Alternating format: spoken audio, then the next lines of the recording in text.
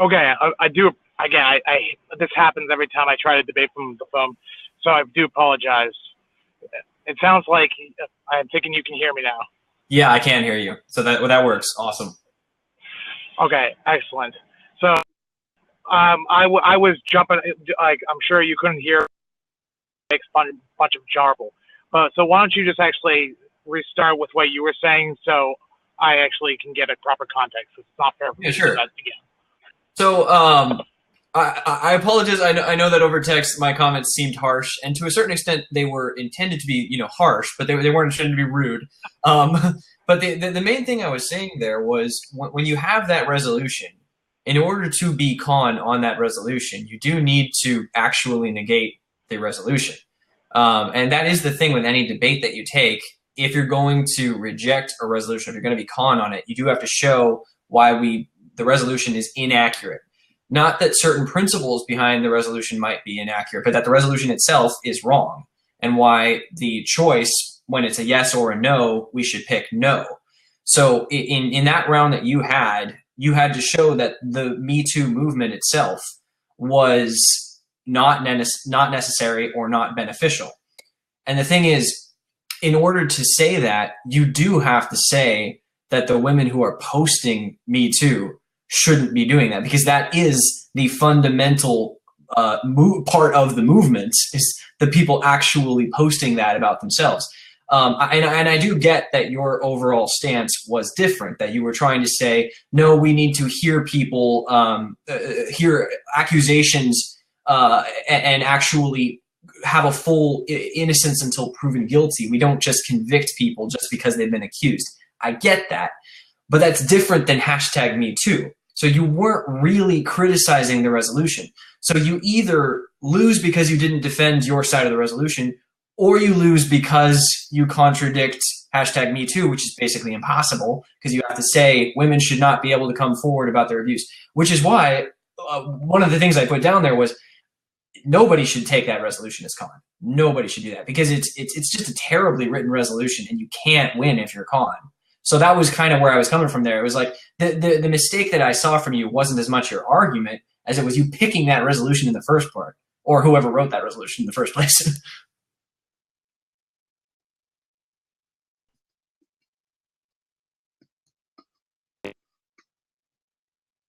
I I can't hear you. I hear. That's all I hear. I'm sorry. I don't think it's me. Is it me? No, my Wi-Fi seems good.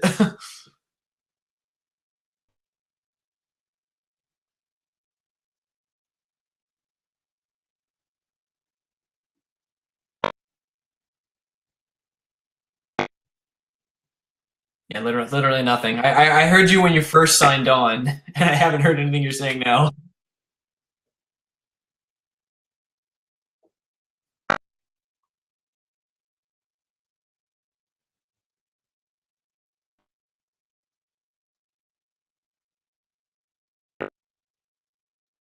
Nah, it's just clicks. All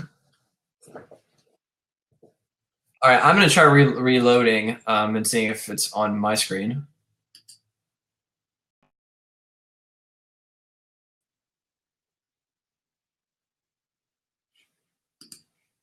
That's weird. It says waiting for logical reason to start the debate. That's okay.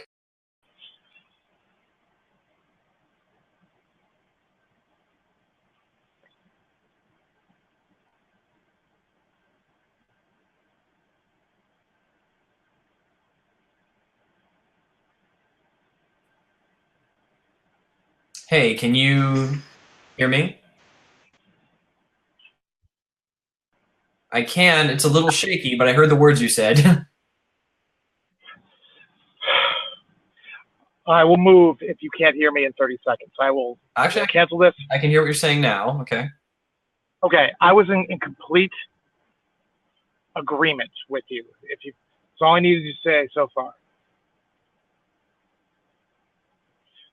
If you heard that, I was in complete agreement with what you just said. In terms of the resolution. Uh, so the funny thing is I actually had a discussion with Yaz on call out because some of these resolutions are worded in such a manner where it's impossible to argue the con position. They're framed in such a manner where it corners somebody into an impossible position. And Yaz said, well, it said what you should do in response is change change the topic of what you guys are arguing if you want to address a principle. So I like taking contrarian positions to be able to try to assess things that might be underlying certain popular positions within movements. And I thought this was the best opportunity to assess the consequences of changing, I said, a universal standard of the presumption of innocence. And I thought this was the best way to address it, because I'm with you completely. This, as currently framed, if you take it literally, there was a no-win position. So the question was, this wasn't one of my top selections. This is one of my bottom selections. But once it's assigned to me, I said before, well, it looks like that it's framed in a way where I'm going to lose. Well, they at least try to reframe it in the opening to make it clear that I'm actually not arguing against the literal resolution. And I guess the only frustration was I got at least but I guess I would say détente to at least concede on that point, but I wasn't able to get him to agree to change the wording of the resolution, and nor should I expect him to.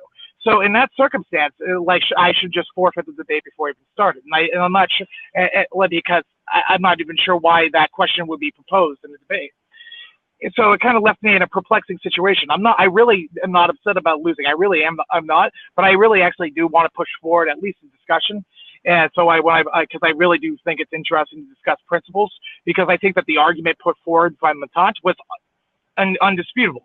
And that's why I didn't want to have that conversation. The conversation I wanted to have was what the long-term consequences of this new principle have unforeseen consequences in the future. Let's discuss what should the standards or our principles be in society if we're going to actually have this new standard. And and the reason I picked you is only specifically because you argued specifically against the point where I couldn't refute. And because it was a point that I didn't want to address, because it's like I didn't want to dispute the fact that the things that you were addressing were things that I did not want to touch because they were indisputable, and I wanted to at least reframe it in a way where the fact that I wanted to challenge the principles that I said that the advocates of the movement were pushing, I guess you would say, in academia, are going to have unforeseen consequences. And is this principle, I said, an acceptable principle to have throughout society? Should we, and what are the basis for assessing standards of truth? How do we assess truth from non-truth? When we, all areas of science, philosophy, mathematics are all based on deductive or inductive logic. And inductive and deductive logic always actually works on the presumption that you refrain from jumping to a conclusion without sufficient evidence for backing up a claim. And from the very beginning of time, people always quickly learned that people that have the power to make accusations have the power to control and corrupt society. So that's why standards of truth were put forward from Aristotle and Socrates back in ancient Greece, and Socrates was killed for both. Well, I'm not going to go on a tangent here, but these principles have a long history, and I found that discussion to be much more fruitful. And I just was hoping that somebody would say, you know what, that's an interesting discussion. Let's have that one, because at least then the con has a shot in hell. Yeah, no, I think that's fair. And the thing is, I think that your argument would make more sense if the debate was when assessing sexual assault allegations, we should apply a principle of innocence until proven guilty. If that was the resolution, your arguments made sense, and you would have a completely even. That's a much better resolution, actually. It really should have been that resolution rather than the Metoo movement is not necessary and beneficial. Of course it is. It's almost impossible to argue against. The thing that I would say here is obviously I would not have written the resolution that way. I don't think many people, I'm not really sure why it wound up getting written that way. But when any resolution, I tried to. I tried changing it too, and they said no, sorry, it's set in stone. After it was given to me, I said, can we please change the wording of this? And they said set in stone. So it was no, I really did try. That's unfortunate for you. I'm sorry, man. But the thing that I will say here, with any resolution, when Yaz says that you need to reframe it, he's right. And that is what you tried to do. But the thing that I think was missing in terms of like a debate, I don't know if you have like previous like academic debate experience or anything, but what Michael does. Michael's a national champion in speaking. He taunt. And so one of the things that you'll see some of the people who have done academic debate, they will focus very specifically on the wording of the resolution, and they won't just frame. They'll frame and explain how their interpretation of the resolution is the right reading of the resolution. Like I had the resolution for my first round was Donald Trump. What was it? Oh yeah, Trump should be commended for his accomplishments in his first year as president. I'm not a Trump fan. I was never Trump, but I went pro on that because I felt I could frame it in a way that was accurate, and that what I wound up framing it as, and I think it was a correct reading of the resolution. I needed to prove 2 or more accomplishments, because that would be accomplishments plural, so 2 or more, within this first year. And if he has those 2 things, we should commend him for that. Pretty simple. And so that wasn't. You could try and frame that resolution to mean Donald Trump's first year in office has been a net positive, which is what I think my opponent thought the debate was going to be. And I was like, I don't want to have that debate. And so I focused on the resolution, the specific wording of the resolution. I don't know if there was a way to focus on the specific wording of the resolution for you and make it mean what you want it to mean. I don't think there was. But that at least is what academic debaters would do. And the other thing I would say is I know that you wanted to pick a contrarian position, but at least for a tournament debate, especially with money on the line, I would also suggest that there's an element of strategy where there are certain topics that you probably should shy away from. Right. No, absolutely, and I will take responsibility for that 100%. Now, I have a master's. I'm a logician, so I actually have a master's degree in logic. So you have to understand it's a little bit frustrating because I actually do I need to assess the suppressed premises behind claims, right? So there's a resolution's a claim.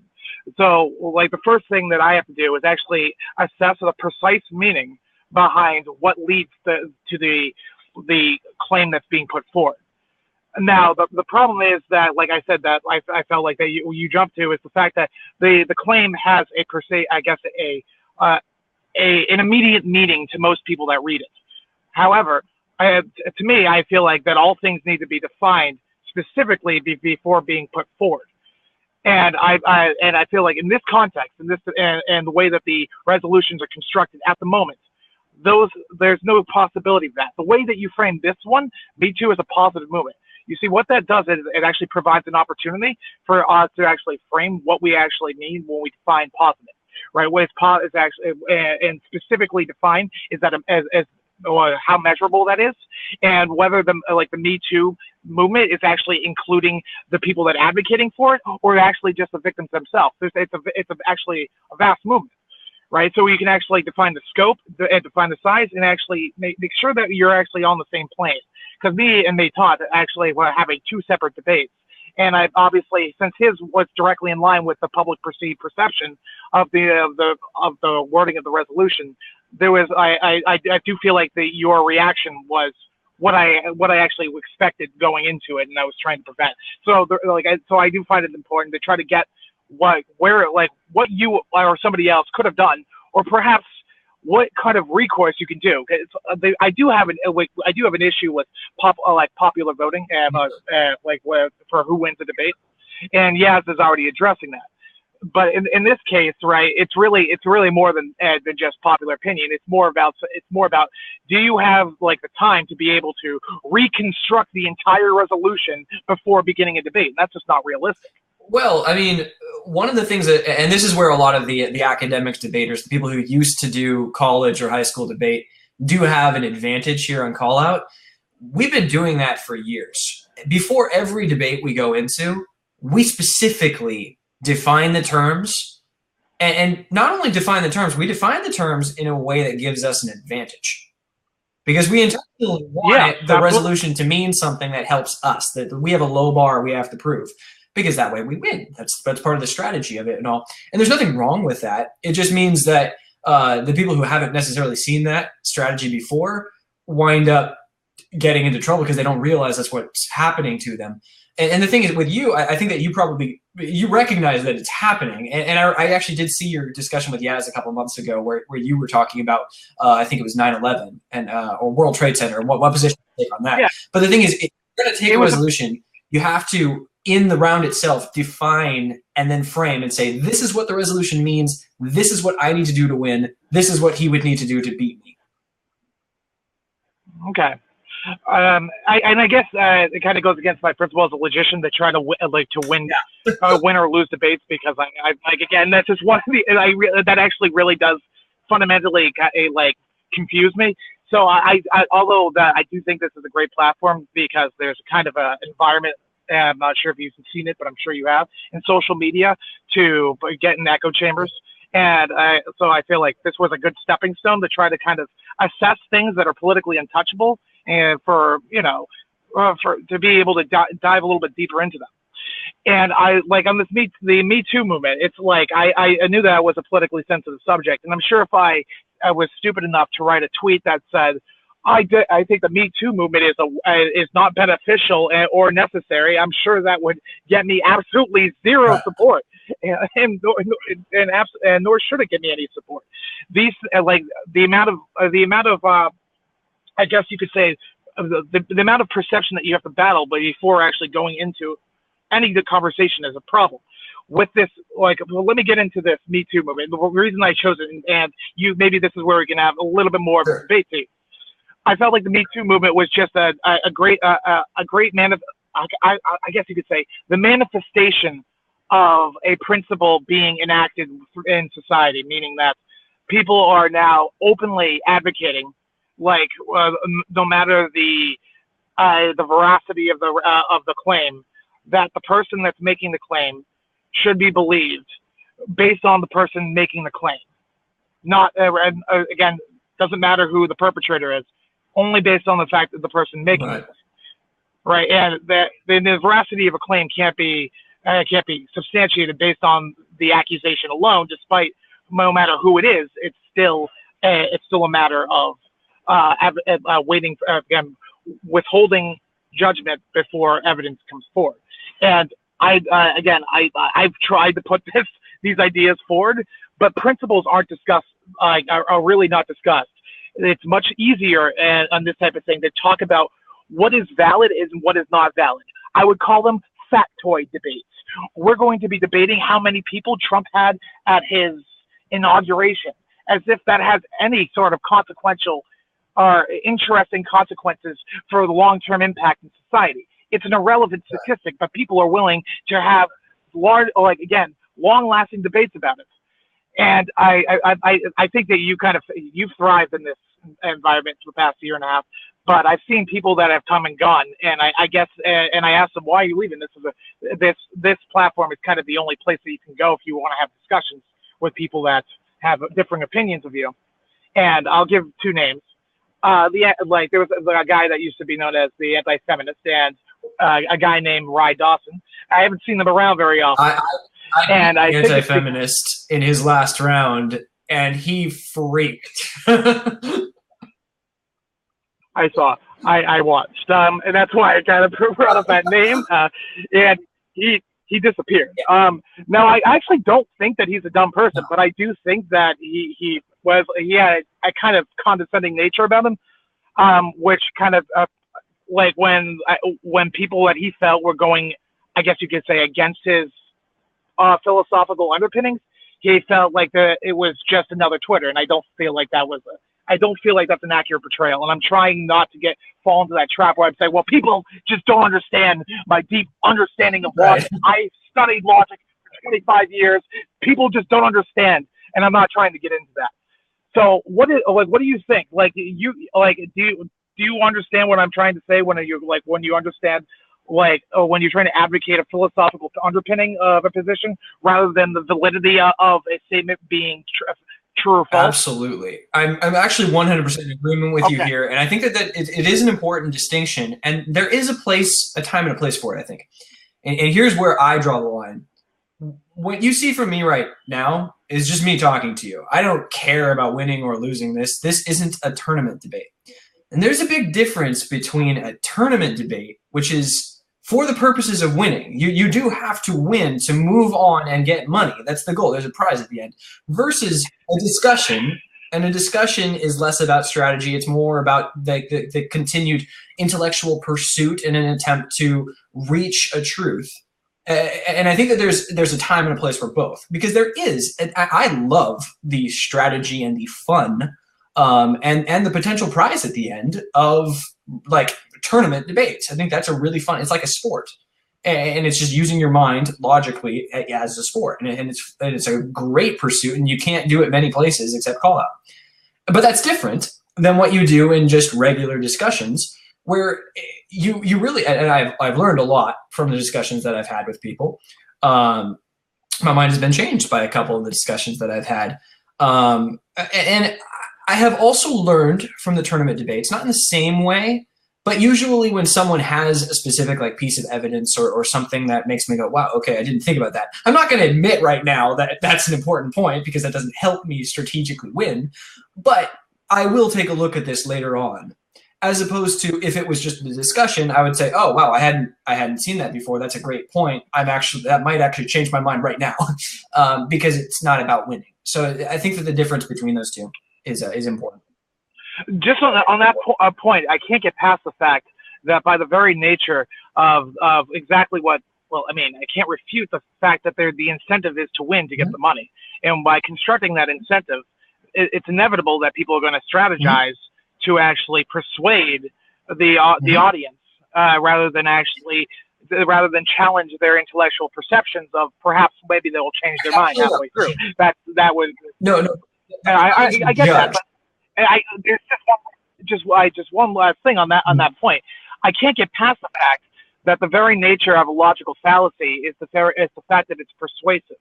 And just by I'm not using my debate as an example, but if I point out an ad populum fallacy in a debate, right, people will say, well, just because it's popular, it's like, and that doesn't make it true. If I point that out after somebody else makes the accusation, that doesn't actually make that person's argument any less persuasive, even though by its very nature, what's popular in this example is persuasive. So if I say 90% of the people agree with me on this and you disagree, that's so obviously there's something wrong with you. That's actually an argument that will persuade most people to agree with you. However, by its very nature, that's a logical fallacy, and the debate style that you're pointing up, I now see that the incentives are to that you won't actually oh wow, I didn't realize that I was using a logical fallacy to construct my argument. Let me reassess my position, because you can't reassess your position because you'll concede defeat and lose the opportunity for money. So I think this conversation is already being fruitful for me. So I do now I'm seeing. Yeah, and I know that the first time that you debated Michael, because that was the second or third time you debated him, right? The first time you had no clue what he was doing, and he used all the debate language, and it's so normal to him because that's just what debaters do. And to you were like, "What are you saying? You're accusing me of all these things," and he's like, "What? No." But no, the thing is, it's like there's this. It is more of a strategy rather than as much of a pursuit of truth. But at the same time, it's not wrong. And the thing is, you're not going to win just by using a bunch of ad populum fallacies, because that's one of the reasons why they have judges. That's the whole point of it being a judged thing. And you'll see that and this is actually the reason I commented on your debate the second time, is because you questioned Edie, who I think is a fantastic judge. And I love her judgments for the most part, because what she does, and she has a very straightforward way that she always judges. First, she looks at the framing that each debaters have had. What is it that the question of the round comes down to? That's the first thing to look at. Yeah. And that's why you have to have your definitions up front. You have to have, this is what the resolution means, and here's what you should vote on. And then the judge is going to hear that and they go, okay, this is what the resolution means to the pro. This is what the resolution means to the con. I agree that the con is right, that this is the way I should view this resolution. This wording of the resolution seems to agree with the way he's viewing it. And then through that lens, she'll then look at the arguments and weigh them and be like, okay, so this side said this side said this. Here's why I prefer this argument. And I think that's a great way of judging, and I love her decisions. And I think she reached a good one on that. I'll let you know why I replied. There's actually there's people that consistently that decide against me in a debate in the past. Just say that first Metoo debate that we had. There's judges that actually at least attempt to, I guess you could say, prescribe the best intentions on the person that making the debate, that they're actually not bad people going into it. And I'm not saying that this is what E did, but I did feel that they said there was a conscious effort on this part to not address the very framing of my first sentence in the argument, saying what we're doing is we're changing the fundamental principle within society, and this is how the principle is being changed. It just wasn't brought up. It was, and again, I didn't even mind any of the points that she had, and this is why I said I don't mind that you decided against me. I didn't mind that you actually the points that you brought up in favor of the pro. I just said I'm just frustrated that the core of my argument that I did spend about 15 minutes talking about wasn't addressed in one way or the other, and that's partially my fault for not making that more clear. But in the same time, I did try to counter that when somebody kept trying to say you're making about false allegations. I must have said about 5 times in the debate, I'm really not trying to make this about false allegations. I'm trying to say that the consequences of this inevitably can be false allegations. Not that they have happened, but inevitably that's what the principle leads to, and that distinction wasn't heard. Yeah, but the thing that I think that I, as a viewer, missed, and I think Edie missed it as well as a judge, and I think Michael, as your opponent, missed it as well. I don't think any of us saw you specifically tie it to the resolution. You didn't say at any point that I heard. Maybe you did say it, but it didn't get through. But you didn't show why this is what Me Too is. Not this is. You basically said this is one of the things that in the long term, Me Too could have this, but you didn't say this is what Me Too is. And that's why in my comment, I specifically was talking about what Me Too is. And if you're going to criticize Me Too, that means you have to criticize the rest of it as well, which is where I know you didn't want to, but that's where you get into this difficult ground. So basically you were taking a position, like if the resolution was Trump has been a great president, and your response, you don't want to talk about Trump being good or bad. So you say, as Con, you say, Mike Pence has been a great vice president. Well, that doesn't actually address the resolution. It's close, and it does kind of tie into it, but it's not the same thing. In the same way that when we talk about the hashtag Me Too movement, you didn't address the hashtag Me Too movement. You addressed one aspect of the future that might happen if certain parts of the Me Too movement happen. So it doesn't really tie in, and it might be your core assumption, not the movement itself. It is, but I did define it. Like before I went into it, I said just to reiterate what we're defining to make sure we're on the same plane. I went ahead and read that we're going to define the Me Too movement as I said, it's the social media phenomena where I said where people are advocating. People are advocating for the immediate. I don't want to misquote it because I was reading it when I said it, but I said I did frame it in the way where I said it's a social media phenomena where people at the moment are advocating for consequences of those that have been abused when in the workplace, whether it be sexual harassment, sexual assault, or serious rape in the workplace. And I said it was beneficial to a point, and I said it's no longer going to be beneficial. And I said because it's now the current advocates as made Todd to concede. I thought I had him conceding with me. One second, I'm sorry. And after he conceded, I thought that was enough for there'd be a universal understanding. But that was my fault because clearly I wasn't articulate. Because to be clear, you're articulate. You're not stuttering. When you're on camera and you're looking at a lens and you have 3 minutes to count down, it's like you think that, well, that people understand my perspective, and I clearly had error, and I take full responsibility. But I wanted to make sure that you're clear here. I don't have sour grapes. Yeah. And I don't have sour grapes with you. I'm just perplexed why people are kind of, for lack of a better term, straw manning me. Right, they're creating straw man arguments that I can't possibly argue against, you know.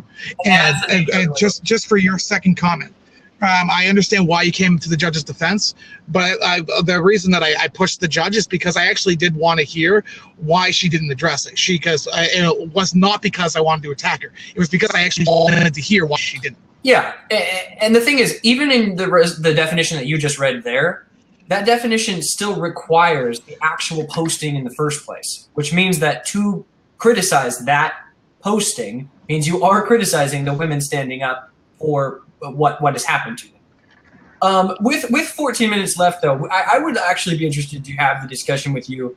Do you think we should not believe women who come forward? Because the thing that I would say there is, statistically, the majority of sexual assault and rape victims aren't coming forward in the first place. Those who do come forward, as a general rule, are telling the truth.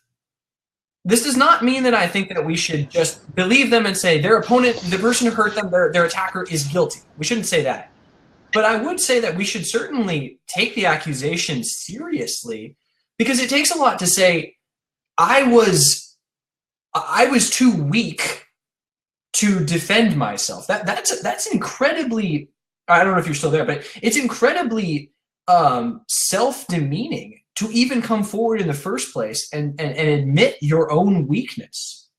And so it's unlikely that someone would be coming forward unless they are so hurt inside that they need that form of justice.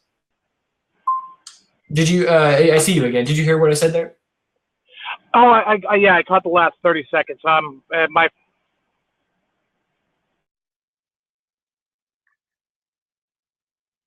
You're cutting in and out again.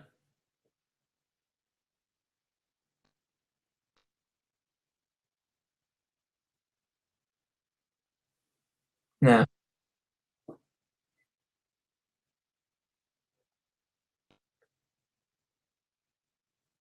Yeah, I'm still losing you there.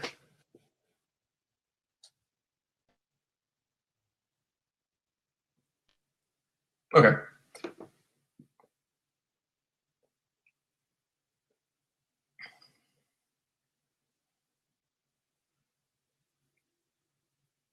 Hello, person watching live. I'm guessing that's Ben. If that's hey, hey. I'm not, okay. Yeah, no, I heard you.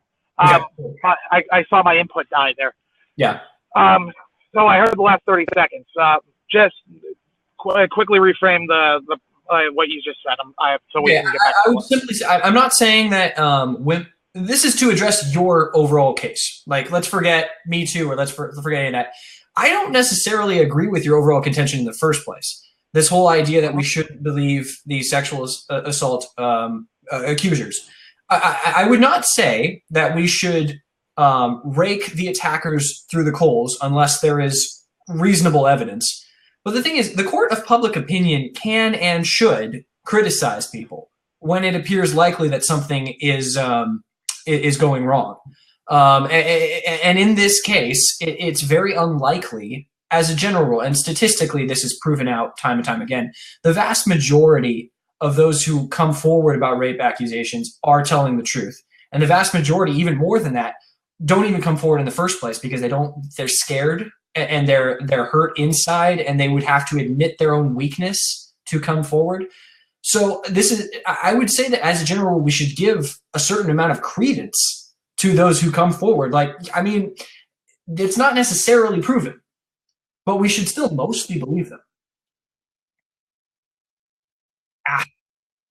You're I don't know what you said, but I could read your lips.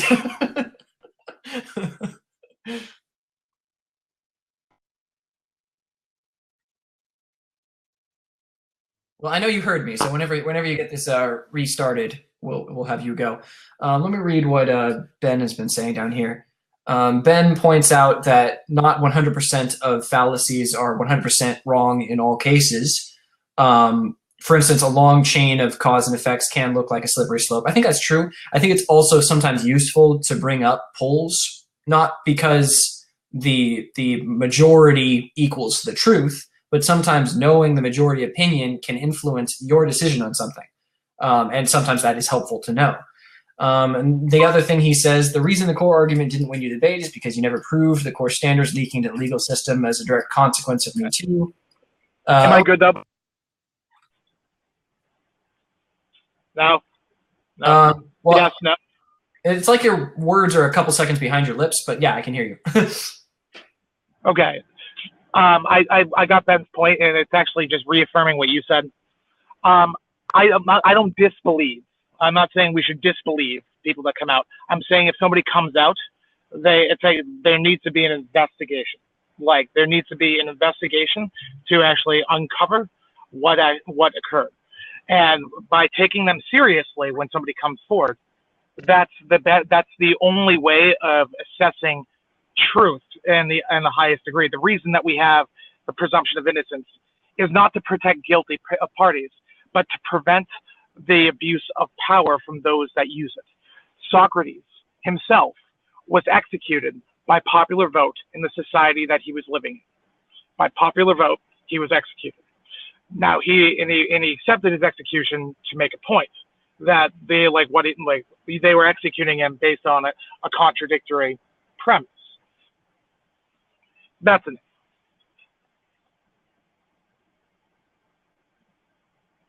You still there? Yes. Yeah. Okay. Are you good? Was that your point? Yeah. They executed Socrates on a contradictory premise. If you got that, that's all I needed to say. Okay. Cool. Yeah. Then I heard you. Yeah. The thing that I would say is that the court of public opinion. I think there are times when the court of public opinion should still be critical. This is not to say that it should bleed into the legal system, and this is part of what Ben's comment was and everything. I don't think it should bleed into the legal system. But let's take the example of Harvey Weinstein, or was it Larry Nassar? I believe it was the U.S. Gymnast coach. Oh my God, what a creep! In both of those situations, the court of public opinion is absolutely right to revile those men. I don't believe Larry has been convicted yet, even though we know he did it. And we would, for that reason, we shouldn't say he is a guilty man, but we should say, USA Gymnastics, you absolutely fucked up by allowing that man to be around these girls for so long. You deserve criticism for that. And just distinction, it's corroborating evidence all over the place in the state of public opinion to make it actually a reasonable conclusion. That's a good example. Yeah. So the point is, we shouldn't just say, okay, someone on Twitter said that Justin Bieber. Actually, there was a story. Someone said that Justin Bieber had knocked her up, and now he had to pay child support. And there was no evidence of it, and there were no pictures of the two of them ever having had a relationship. There was nothing about it. And so there would be wrong for the court of public opinion to jump on Justin Bieber and say, oh, you have to pay child support, you had this sort of thing. That'd be wrong because there's no evidence, there's nothing to back it up. But at the same time, if there are people who are coming forward, there's usually, not always, but usually a reason that they would come forward. And so this doesn't mean that we should say, okay, the person who is accused is guilty, but we should certainly take it seriously. Right, we should take it seriously enough to be able to assess it, again, and do a full investigation. That's the principle that I'm just speaking of. Just on Ben's points, come on, man, a fallacy isn't always incorrect. That's 100% true, but a fallacy being presented as an argument isn't a valid argument. Using that as evidence for your opinion, it actually isn't an argument. It's a fallacy by its very nature. What you're doing is actually presenting something that sounds persuasive, but actually isn't any valid advocation for your position. It's no reason when you assess it objectively why that would make you pick that position A over position B. So in this case, right? I said society, basically the legal system is a reflection of the values of the society that it lives in. And ancient Greece, right, the reason that Socrates was executed by public opinion is because as soon as somebody that had credibility made a claim, that person, because they had credibility, could make an accusation against anybody, right? And that person would be presumed guilty because of the person making it. And so the consequences of this, I said, would be if a powerful person makes an accusation against somebody you've never heard of, who doesn't have resources, who doesn't have a platform to be able to defend themselves, so you would only see a slanted perception. There's no way that you would ever know, right, that this person would be falsely accused, and that's unforeseen consequences. And that's just the principle for assessing truth, not advocating for anything against the specific movement.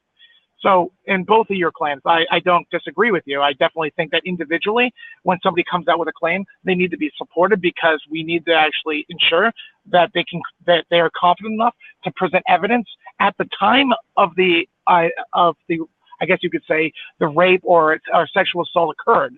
Because if they wait 25 years, the statute of limitations is already run up. So coming forward now, it's essentially becomes a lost cause, because the opportunity that arisen was a failure on the people that were around them to encourage them to come forward with an accusation when they had a potential to actually have consequences from the person that was doing the perpetrating against.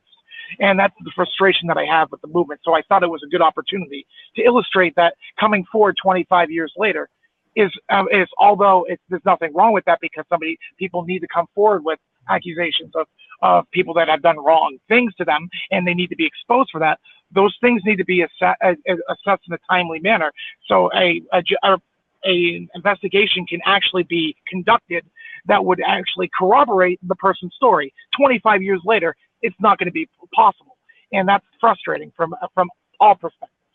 Yeah, I agree. And then the whole point of the Metoo movement happening today is that there will be this openness to come forward, so that in the future, anyone who is hurt can immediately come forward. That's the whole point. It has to happen now.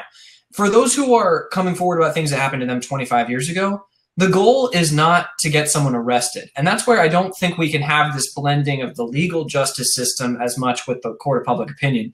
It still is beneficial for them to come forward and say, you know what, I've kept this a secret for 25 years, but it's been killing me inside, and I need to let people know this is something that isn't just happening to me. This is happening to so many girls, and it's been happening to us forever. And I really wish that at that time, it had been acceptable for me to come forward. And I hope to help create a world where people can come forward immediately. I think that's the difference here, and I think that has to happen. Right.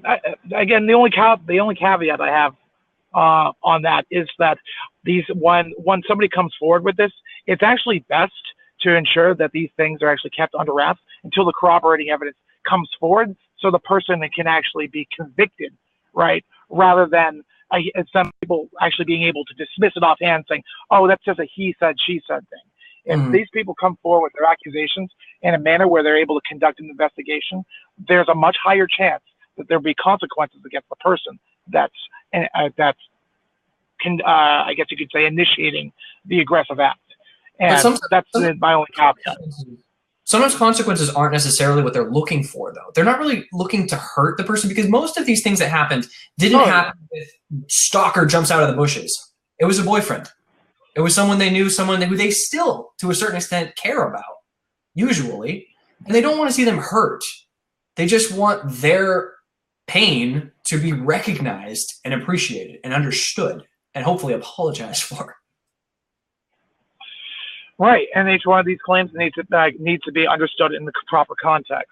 It's unfair. I gave only the Matt Damon example for the current manifestation of Metoo, because all he wanted to do was that we need to actually have I guess you could say, much more empathy for people that are coming out with serious traumatic instances, rather than somebody saying this person made a rude sexual comment underneath his breath when he was walking by me at work. He's not saying both of them are wrong, and he was lambasted for it. And I'm saying that's already bad. That he's all he was doing was making a distinction and he had a protest against it, and that was just my only. That's why I picked the topic. And by the way, great discussion. I appreciate your time. Yeah, thanks, man. It was actually really good talking to you. I'm glad we did this.